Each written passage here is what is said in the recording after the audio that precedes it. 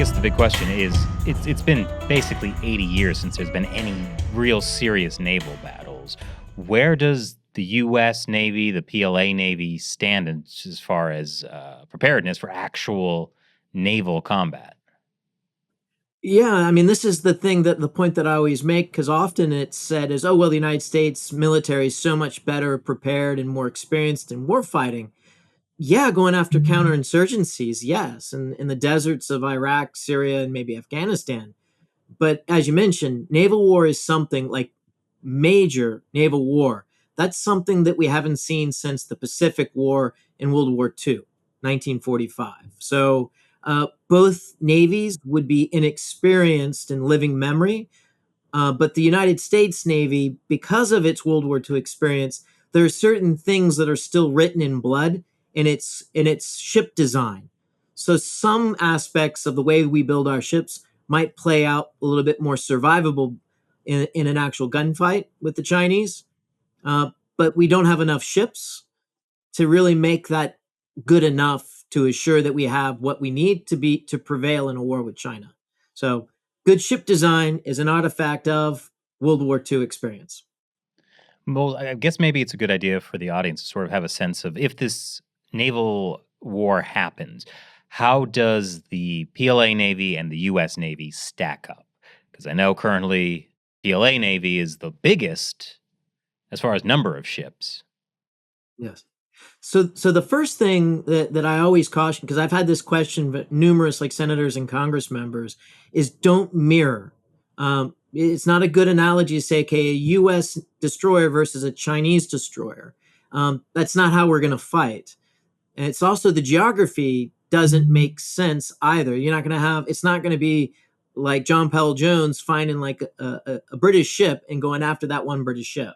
It's going to operate very differently. So for the US side, it's how does the US joint force play? And unfortunately, the Marine Corps and the Army are only in recent years getting the type of capabilities that they could actually play in a naval war. In other words, long range anti ship cruise missiles that they can be operating in the Philippines, southern Japan.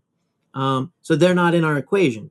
The Air Force has some capability to put anti ship missiles on it, but they got to get closer to the fight, and they're also at a disadvantage.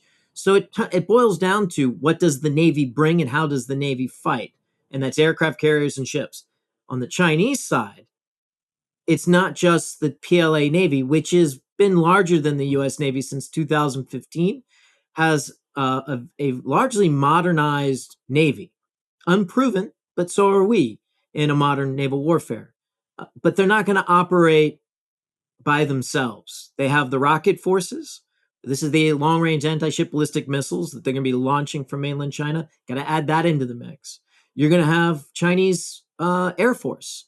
They don't have a large bomber force, but they do have a bomber force that will come out with long range anti ship ballistic missiles they can launch from an aircraft and cruise missiles. So it's it's the US Navy versus the Chinese rocket forces, their Air Force, and their Navy. And they're going to operate probably closer in.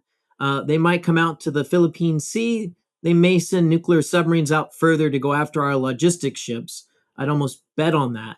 So when you stack them up, we have to prevent them prevailing in Taiwan. We have some advantages to do that, mostly in the undersea. The Chinese have the ability to take over Taiwan, or at least to get forces on there. But the big question, and again, this is because it's the United States' advantages, if we actually sustain a long war, and again, this is going to be a multiple year long war. Just look at Ukraine right now.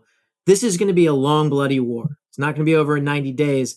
And that plays to the US advantages because the Chinese are probably going to have a problem sustaining any type of occupation or combat operations in Taiwan. One of the advantages China may have in a war is that the government does not need to care about public opinion. Is that an advantage for the CCP?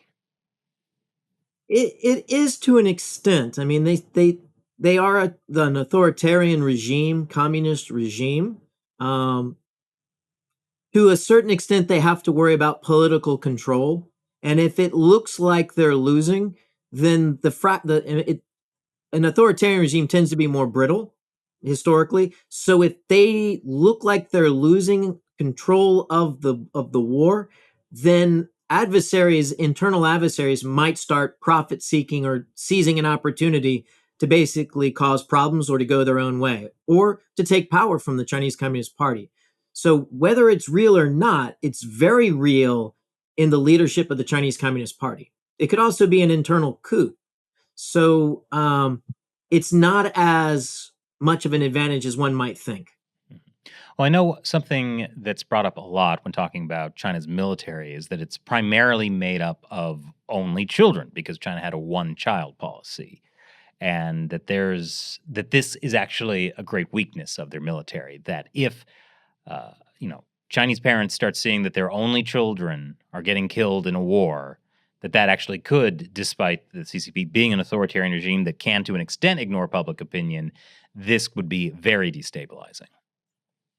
Yeah, I don't put too much stock on that. I mean, there are a lot of Chinese families that are sending their only sons to and happily to join the PLA. There's also a large number who are trying to hide from that or to avoid it at all cost. You got a country that's well over 1 billion citizens. There's going to be a fair number of Chinese that are patriotic and will go do what they're told and join the military.